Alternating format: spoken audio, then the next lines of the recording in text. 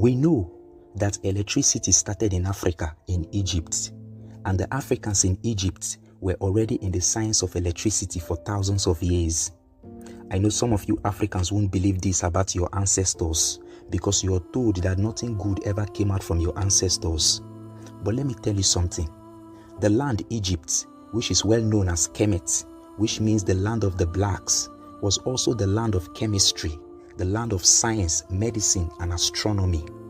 Now, in the year 1798, the French military general Napoleon Bonaparte came to Egypt with 167 scientists and technicians to accompany him to study the science and technology of the ancient Egyptians. Because you must understand that during this period, the Europeans took a lot of the ancient works and sciences of the Egyptians. They dug up the remains of our mummified ancestors and stole their precious jewelries.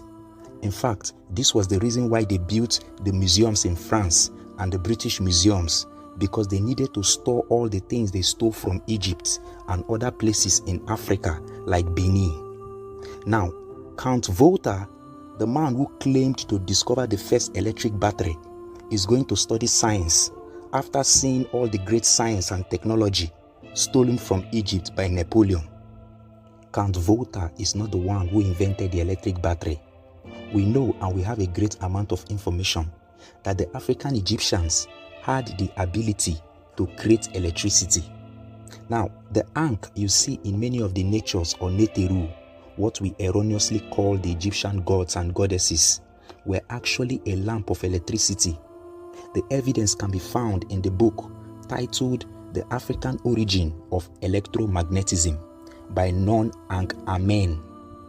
The research carried out in this study was massive. You see, the ankh, which many of you call cross, is not a cross, but the key of life, and it is also connected to the origins of electromagnetism, particularly electricity.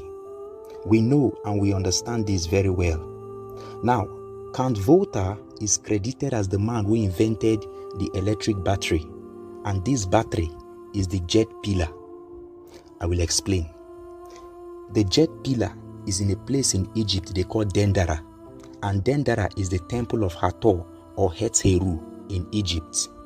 Now, the battery invented by Volta was actually the jet pillar that the ankh was put on to recharge the lights in the ankh.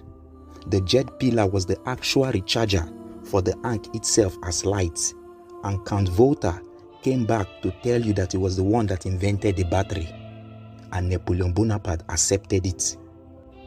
Now, our African ancestors even had explanations to the origin of the universe before the Bible and the Quran, where they carefully started the science of astronomy. You see, the African Egyptians spoke of all the molecules and atoms coming into existence. The Nun Nunet, the He Hehet, the Kok Koket, and the Amun and the Amunet. In other words, the Nun being matter, and the Nunet is space. The He is infinity, and the Hahet is finity. The Kok is darkness, and the Koket is light. The Amen is the hidden, and the Aminet is the revealed. This is the male and female entities of our universe, and this is pure science. Now, in the Egyptian mystery system, Atum is believed to be the one who created his first two descendants through masturbation, Shu and Tefnut. Shu is male and Shu is air. Tefnut is moksha. You see, air and moksha, this is pure science. Now, Shu and Tefnut gave birth to Nut and Geb. Nut is female and Nut is the sky. Geb is male and Geb is the earth. You see, their perception of life came from a father earth and a mother sky, which brings forth life, and the coming together of the male and female is symbolized as the ankh, which is the electricity carried by ancient Egyptians. Now, Nut and Geb gave birth to Osiris, Isis, Nebetet, and Set.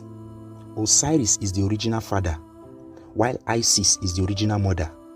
Nebetet is the one who can see things that no one can see, and Set is where they get the name Satan from. It means the forces of destruction. You see, our ancestors knew The destroyer comes at a time it is necessary. Get the book, The Untold History of the Black Race and the Fall of African Civilization, to know more of your past. Subscribe to my YouTube channel at Ebenezer Heru to know more of this. I say,